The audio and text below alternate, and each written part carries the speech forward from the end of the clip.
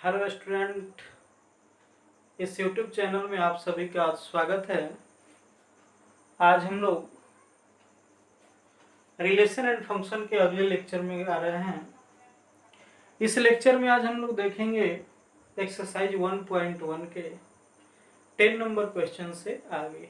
आज एक्सरसाइज 1.1 का total question complete हो जाएगा, जिसमें 10 नंबर क्वेश्चन दिया है, जिसमें 4-5 क्वेश्चन दिया है, जिसमें सिर्फ आपको एग्जाम्पल देना है। और एग्जाम्पल आप डिफरेंट दे सकते हैं, ऐसा नहीं हम जो एग्जाम्पल देंगे वही आप भी देंगे। बहुत सारे एग्जाम्पल आप दे सकते हैं। जैसे पहला क्वेश्चन दिया है कि कैसा एग्जाम्पल देना है, कैसा रिलेशन होना चाहिए जो सिमेट्रिक हो लेकिन रिफ्लेक्सिव और ट्रांजिटिव नहीं हो। कैसे आप करेंगे, जैसे एक का सॉल्यूशन करेंगे। इस टाइप का सेम क्वेश्चन हम पढ़े हैं पीछे वाले क्वेश्चन में, जिसको प्रूफ करना था कि ये रिफ्लेक्सिव है नहीं है और ट्रांजिटिव भी नहीं है लेकिन सिमेट्रिक है। जैसे मान लिया जाए, एक सेट ले लीजिए। मान लेते हैं कि एक सेट ए है जिसका एलिमेंट है एबीसी, और एक रिलेशन तैयार कर दिया गया ए बी और बी ए। अब हमसे पूछा जाएगा कि बताना है यह रिलेशन क्या है, मतलब ये रिलेशन रिफ्लेक्सिव है कि नहीं, सिमेट्रिक है कि नहीं, ट्रांजिटिव है कि नहीं। तो सबसे पहले क्या चेक करेंगे, फॉर रिफ्लेक्सिव। रिफ्लेक्सिव के लिए होता है कि ए का रिलेशन ए से होना चाहिए, ए का रिलेशन ए से होना चाहिए। तो इसमें ए भी आया है और बी भी आया है। तो आप लोग को सिखाए थे कि इस रिलेशन में जितने भी एलिमेंट आएंगे उन सबका अपने आप से रिलेशन होना चाहिए। तो यहाँ ए आया है तो ए का ए से रिलेशन होना चाहिए, बी आया है तो बी का बी से रिलेशन होना चाहिए। तो ए का ए से भी रिलेशन नहीं है और बी का बी से भी रिलेशन नहीं है। लिखेंगे therefore R is not reflexive, R reflexive नहीं है। अब किसके लिए देखेंगे, तो सिमेट्रिक के लिए। सिमेट्रिक रिलेशन किसी रिलेशन को कब कहा जाता है, जब अगर उस रिलेशन में ए का रिलेशन बी से हो तो उसका उल्टा बी का भी रिलेशन किससे हो, ए से। तो देखिए ए बी का भी रिलेशन है और उसका उल्टा बी ए का भी रिलेशन है। यहाँ लिख देंगे therefore R is symmetric relation. अब देखेंगे फॉर ट्रांजिटिव, फॉर ट्रांजिटिव किसी रिलेशन को ट्रांजिटिव रिलेशन कहते हैं अगर ए का रिलेशन बी से और बी का रिलेशन सी से हो तो बी को छोड़ दीजिएगा, तो ए का रिलेशन किससे होना चाहिए, सी से। तो जरा देखेंगे यहाँ जो है ए का रिलेशन बी से है, अब बी का रिलेशन ए से है। अगर इस बी को छोड़ेंगे तो ए का रिलेशन ए से होना चाहिए जो रिलेशन में नहीं है। लिखेंगे therefore R is not transitive, R is not transitive मतलब जो हमारे सामने रिलेशन दिया गया है जो सेट ए पे डिफाइन था, वह रिलेशन रिफ्लेक्सिव भी नहीं है, ट्रांजिटिव भी नहीं है, सिर्फ क्या है, सिमेट्रिक है। जो क्वेश्चन नंबर 1 में हमसे पूछा जा रहा था कि एक एग्जाम्पल देकर बता देना है, और वो एग्जाम्पल ऐसा होना चाहिए, एक ऐसा रिलेशन होना चाहिए जो रिलेशन सिर्फ सिमेट्रिक हो बट रिफ्लेक्सिव और ट्रांजिटिव नहीं हो। अब हम लोग देखते हैं इसका सेकंड क्वेश्चन। काफी आसान बात है, इस तरह का बहुत सारा जितने एग्जाम्पल में पूछ रहे हैं मुझे लगता है पीछे उस सब टाइप का क्वेश्चन कर लिए हैं और क्वेश्चन ही आप उसका एग्जाम्पल दे सकते हैं। जैसे 2 में कह रहा है कि एक ऐसा रिलेशन देना है जो ट्रांजिटिव हो लेकिन रिफ्लेक्सिव और सिमेट्रिक नहीं हो। देखिएगा, जैसे सेकंड का सॉल्यूशन देखना है। सबसे पहले मान लेते हैं हम ए बराबर एक सेट 1 2 3 हो गया। एक रिलेशन आर इस प्रकार से लेना है A B such that A belongs to A, B belongs to A and A is less than B. मतलब कहने का मतलब यह है कि रिलेशन में उसी को लेंगे जिसमें फर्स्ट कोऑर्डिनेट मतलब पहले वाला भी ए का होगा बाद वाला भी ए का होगा, और उसके साथ एक और कंडीशन होना चाहिए, पहले वाला हमेशा बाद वाला से क्या होना चाहिए, छोटा होना चाहिए। उसी को रिलेशन में लेंगे, उसके अलावा किसी को रिलेशन में नहीं लेंगे। चलिए देखते हैं।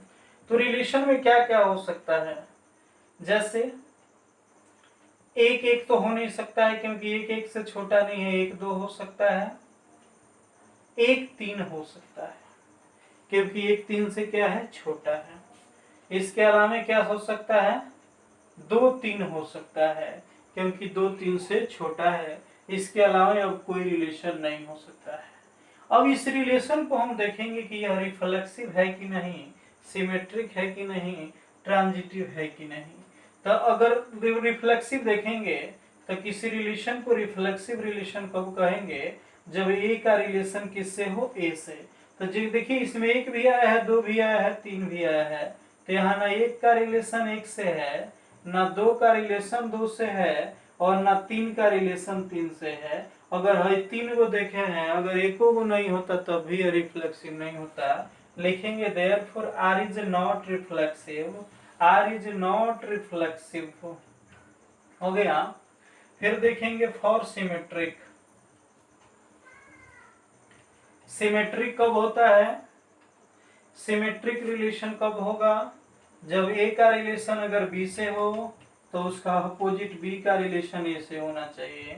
मतलब एक का रिलेशन अगर दो से है तो दो का रिलेशन भी एक से होना चाहिए। ये आप एग्जाम्पल नहीं लेते, सिर्फ ये कंडीशन भी लेते ना तो ये एनफ था। कोई भी सेट आप लेते, निश्चित है कि जब पहले वाला बाद वाला से छोटा है तो फिर उसका उल्टा करेंगे तो फिर कभी बाद वाला पहले वाला से छोटा हो सकता है क्या, जब एक दो से छोटा है तो क्या दो एक बीच से छोटा होगा, नहीं हो सकता है। लिखेंगे therefore R is not symmetric, R symmetric नहीं है, मतलब यह रिलेशन रिफ्लेक्सिव भी नहीं है और सिमेट्रिक भी नहीं है। अब ट्रांजिटिव देखते हैं। ट्रांजिटिव किसी रिलेशन को कब कहते हैं, जब ए का रिलेशन बी से और बी का रिलेशन सी से हो, तो बी को छोड़ दीजिएगा, ए का रिलेशन सी से होना चाहिए।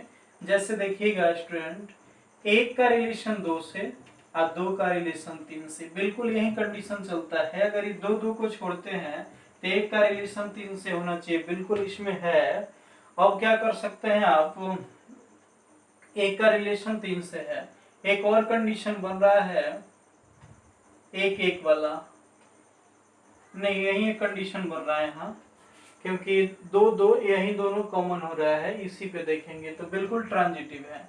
आप अगर ये एग्जांपल नहीं लेते तो अगर इस कंडीशन से देखते ए से छोटा, मतलब ए बी से छोटा होना चाहिए, तो रिफ्लेक्सिव में ए का रिलेशन ए से होता है, तो क्या कभी ए से छोटा हो सकता है, कोई संख्या खुद से छोटा हो सकता है, बिल्कुल नहीं, मतलब ये रिफ्लेक्सिव नहीं होगा। सिमेट्रिक में क्या देखते कि एक छोटा है बी से, तो इसका उल्टा क्या बी भी छोटा होगा ए से, बिल्कुल ये भी नहीं हो सकता है, तो इसका मतलब ये सिमेट्रिक भी नहीं होगा।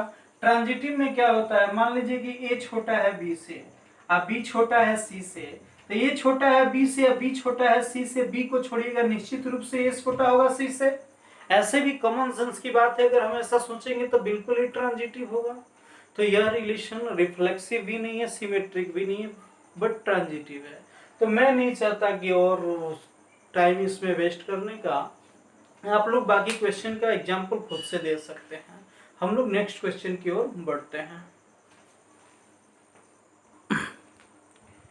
11 नंबर क्वेश्चन देखिए स्टूडेंट। क्वेश्चन कह रहा है कि show that the relation R in the set A of the points in a plane. मतलब भाई मान लीजिए एक प्लेन है, एक तल है, उसमें जितने भी पॉइंट है, जितने भी बिंदु हैं, उसका सेट लेना है, ठीक है। और रिलेशन में वैसे पॉइंट, जैसे मान लीजिए P और Q दो पॉइंट है, और वो इस प्रकार है कि P का ओरिजिन से जितना डिस्टेंस है P का, उतना ही Q का भी ओरिजिन से डिस्टेंस है। मतलब P का और Q का ओरिजिन से मूल बिंदु से डिस्टेंस सेम है। तो कह रहा है कि बताना है कि यह रिलेशन इक्विवेलेंस रिलेशन होगा। जरा ध्यान से देखिएगा।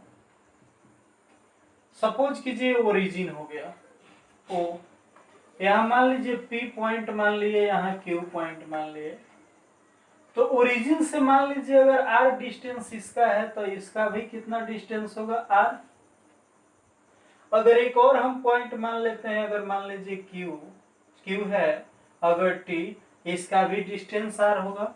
मतलब इस रिलेशन में जितने भी ऑर्डर पेयर हम बनाएंगे, जैसे पी क्यू का बनाए, चाहे क्यू टी का बनाए, टी क्यू का बनाए, पी टी का बनाए, ये सब रिलेशन में आएगा। क्यों आएगा?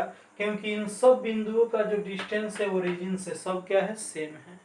तो क्या होगा, रिफ्लेक्सिव सबसे पहले देखेंगे।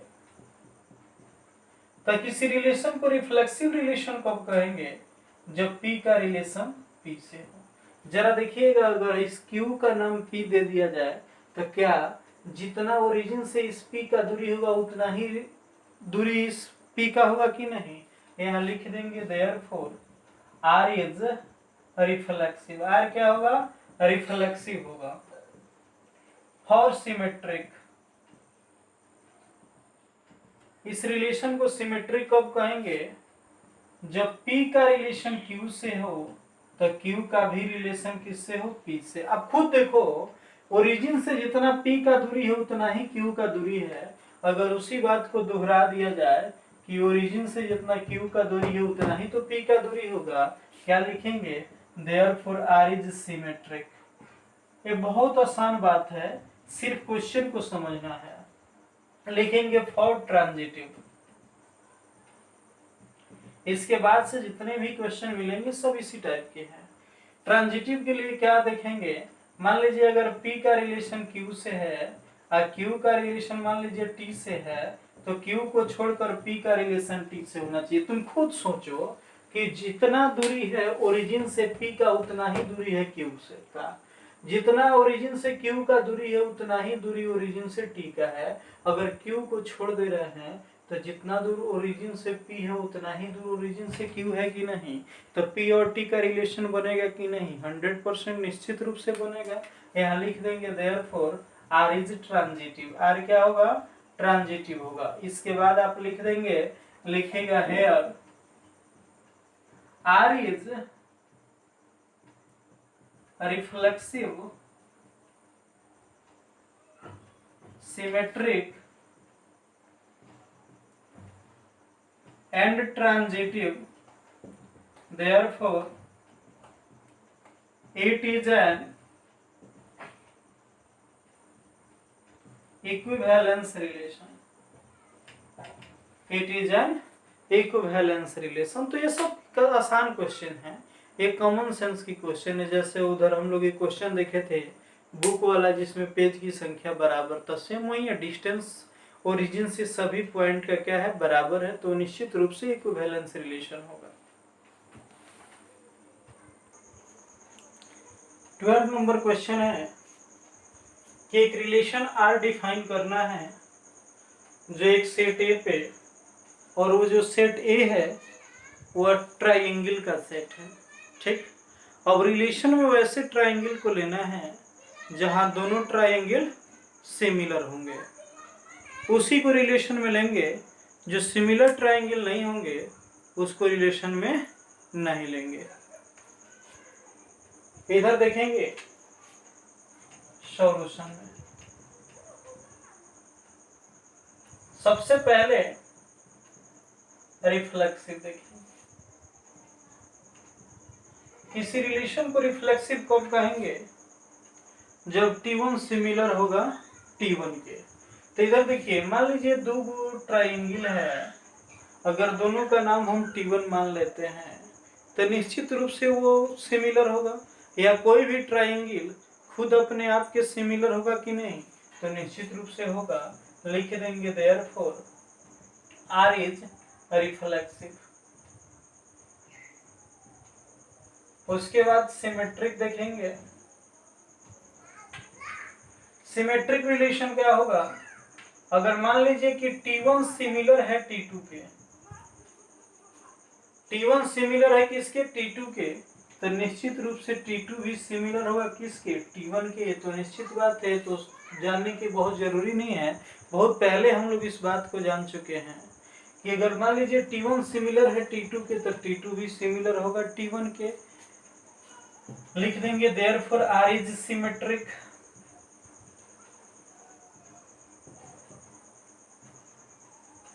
Transitive.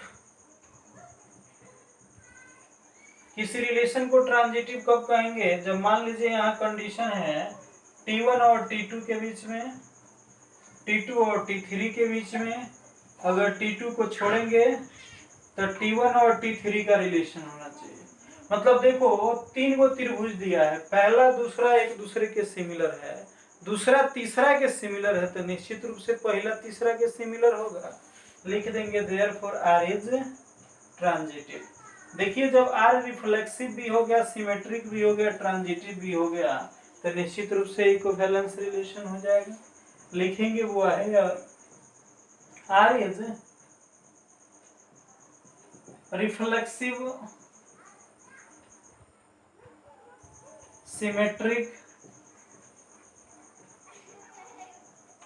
And transitive, therefore it is an equivalence relation। अब कह रहा है इसमें किस त्रिभुज के बीच में कोई संबंध है, तो उसको स्थापित कर दीजिए, दिखा दीजिए। जैसे T1 और T3 देखिए, इसके साइड के बीच का रेशियो लीजिए, जैसे 3/6 हो गया, 4/8 हो गया, 5/10 हो गया, इसके बीच का रेशियो हमेशा कांस्टेंट आ रहा है, 1/2 आ रहा है। बस यही दिखाना था इसके बीच में रिलेशन है कि नहीं, तो निश्चित T1 T3 के बीच में रिलेशन है, T2 T3 के बीच में रिलेशन होगा, और T1 T2 के बीच में रिलेशन होगा। इसका मतलब ये रिलेशन रिफ्लेक्सिव सिमेट्रिक और ट्रांजिटिव है, तो इक्विवेलेंस रिलेशन होगा। 14 नंबर क्वेश्चन देखा जाए। 13 आसान था, पॉलीगन्स वाला क्वेश्चन था, और उसमें P1 और P2 दो ऐसा पॉलीगन्स रिलेशन में लेना था जिसमें नंबर ऑफ साइड्स यानी कि भुजाओं की संख्या बराबर होगा, उसी को लेंगे। तो जैसे मान लीजिए जितने भी उसमें रिलेशन आएंगे, पहले वाला और बाद वाला, उसमें साइड्स इक्वल होगा, माने भुजा की संख्या बराबर होगा, तो पहले और बाद वाला में जब भुजा की संख्या बराबर होगा रिलेशन होगा ही। मान लीजिए अगर P1 कोई पॉलीगन्स है, P2 कोई पॉलीगन्स है, तो P1 और P2 का जब साइड बराबर है तो P2 और P1 का भी साइड बराबर होगा, वहीं ट्रांजिटिव का भी कंडीशन होगा। और 12 नंबर क्वेश्चन में जो ट्राइंगल वाला हम लोग रेशियो देखे थे, तो T1 और T3 का ही रेशियो 1/2 आ रहा था। T1 T2 का रेशियो नहीं निकल रहा था, T2 T3 का रेशियो नहीं निकल रहा था, तो वहाँ सिर्फ यही होगा कि T1 और T3 के बीच में ही रिलेशन होगा, क्योंकि उसके बीच का, उसके साइड के बीच का जो रेशियो आ रहा था वो क्या आ रहा था, सेम आ रहा था, 1/2 आ रहा था। देखिए यहाँ क्वेश्चन दे रहा है कि लाइन का सेट लेना है, मतलब XY प्लेन है ना, या 3D प्लेन नहीं है, 2D प्लेन है, XY प्लेन है, इसमें जो लाइन है ना उसका सेट लेना है। और रिलेशन इस प्रकार से डिफाइन है कि दो लाइन अगर L1 और L2 लेते हैं तो दोनों एक दूसरे के पैरेलल होना चाहिए, उसी को रिलेशन मिलेंगे। और प्रूफ करना है कि ये इक्विवेलेंस रिलेशन है, उसके बाद इसके बारे में भी चर्चा करेंगे। सबसे पहले रिफ्लेक्सिव देखेंगे। अगर दो लाइन एक दूसरे के पैरेलल है तो निश्चित रूप से दोनों के बीच में रिलेशन होगा, क्योंकि दोनों पैरेलल है, तो L1 और L1 एक दूसरे के पैरेलल होगा। लिखेंगे देयरफॉर R इज रिफ्लेक्सिव। इस सब टाइप के क्वेश्चन में कुछ सोचना ही नहीं है। सिमेट्रिक के लिए देखेंगे तो देखिए, अगर मान लीजिए कि L1 पैरेलल है L2 के, मतलब कहेगा कि L1 पैरेलल है L2 के, तो इंप्लाई करेगा L2 पैरेलल होगा L1 के, तो क्या लिखिएगा देन क्लियरली L2 पैरेलल होगा L1 के, लिखने की भी जरूरत नहीं है। लिखेंगे therefore it is symmetric for transitive. देखिए L1 पैरेलल है L2 के, L2 पैरेलल है L3 के, तो निश्चित रूप से L1 पैरेलल होगा L3 के। जैसे मान लीजिए ये L1 L2 हो गया, अगर मान लीजिए ये L3 हो गया, तो L1 पैरेलल है L2 के, L2 पैरेलल है L3 के। अगर L2 को मिटा देंगे तो L1 और L3 पैरेलल नहीं है, बिल्कुल है, लिख देंगे देयरफॉर आर इज ट्रांजिटिव। अब यह रिफ्लेक्सिव भी हो गया, सिमेट्रिक भी हो गया, तो ट्रांजिटिव निश्चित रूप से होगा। अब लिखना है। अब क्वेश्चन कह रहा है कि वैसे लाइन का सेट लेना है जो इसके पैरेलल हो, मतलब 2x+4 लाइन के पैरेलल हो। एक बात आप लोग पढ़े होंगे कि y बराबर mx+c जानते होंगे आप सभी।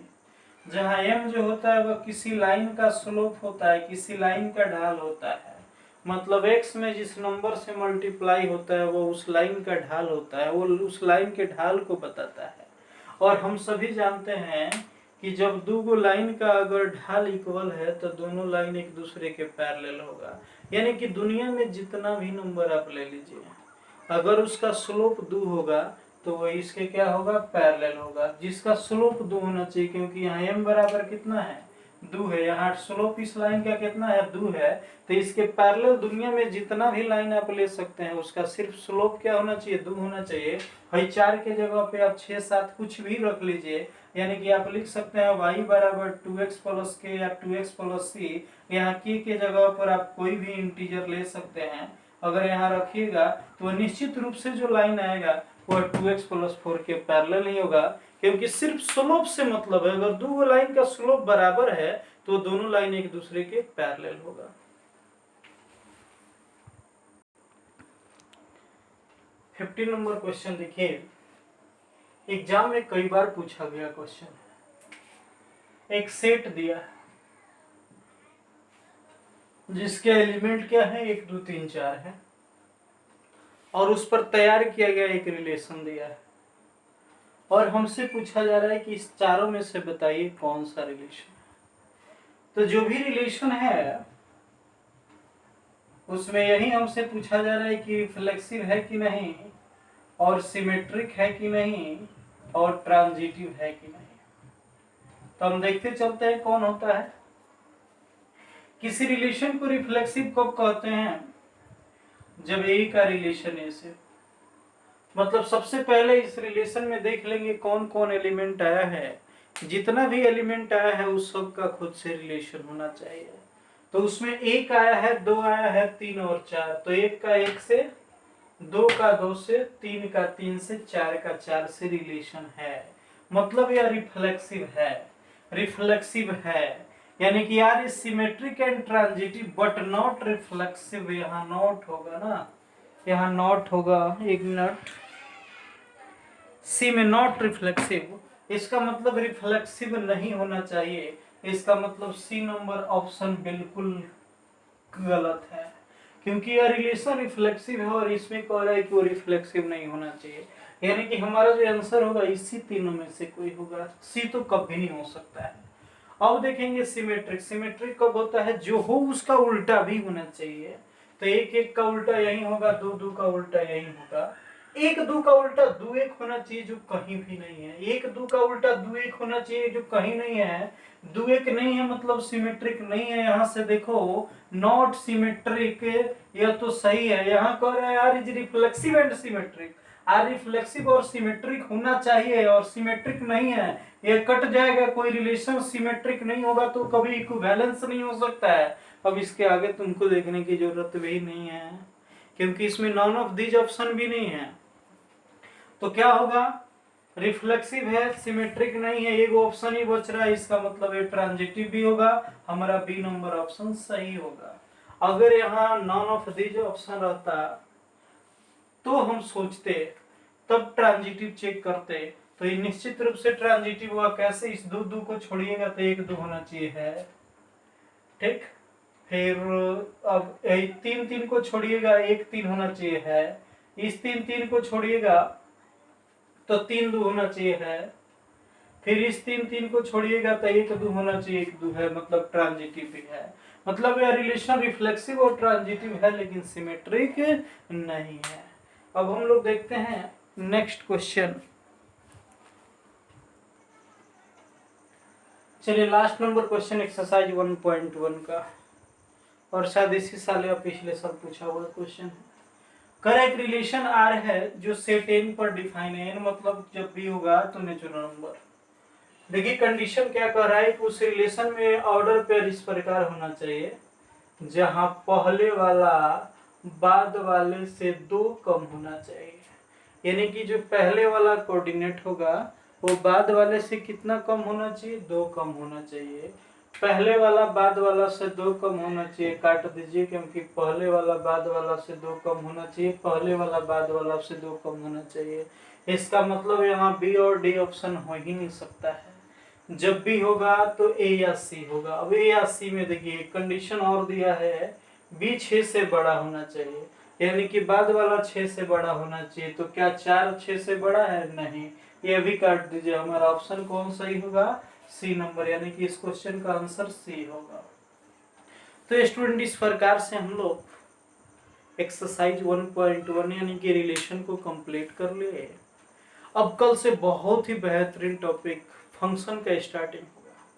सबसे पहले हम लोग समझेंगे फंक्शन क्या होगा, फंक्शन के टाइप को, फिर फंक्शन पर क्वेश्चन देखेंगे, उसके इनवर्स को देखेंगे।